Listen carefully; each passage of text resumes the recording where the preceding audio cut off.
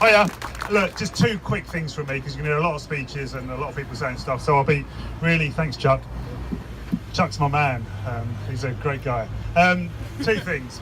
If it wasn't for the Progressive Alliance, then Theresa May would be Prime Minister with a strong Tory majority right now. And what people did to put party behind national interest, to put the country and what we needed to do to stop the Tories. I know, you know, I'm not allowed to say anti-Tory things at Make Votes Matter events, but I can't help it.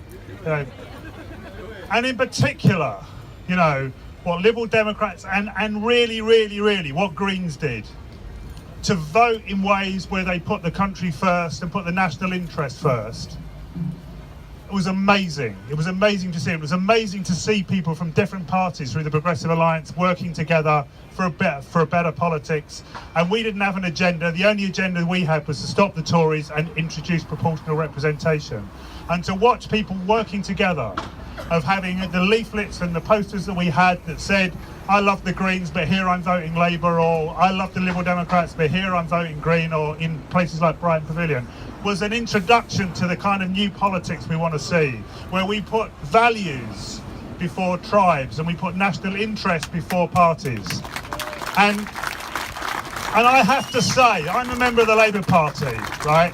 And I just have to say that it pretty much sickened me that the Labour Party did not recognise the sacrifice that so many Liberals and in particular so many Greens made in the national interest. And I don't want a politics where people just take stuff and put it in their pocket and don't recognise that people, you know, that the voters and the people of this country are behaving in a much more grown-up way than some of our political leaders. So we've got to keep building that and keep moving that.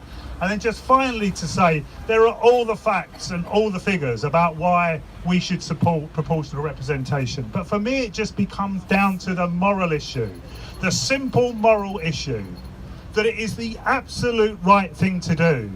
That at the end of the day, the only thing we can do as progressives, the only thing we can do is to trust the people, and that there are no shortcuts. You can't introduce or create the good society on 25% of the vote and a majority of the seats. You have to build a hegemonic project which involves everyone and includes everyone and believes the best in everyone and builds a political system based on the best of everyone. And that's why we support proportional representation, and that's why we're going to push for it. Thank you to Make Votes Count. Thank you to everyone here. Let's keep going. It's the right thing to do. Make it happen.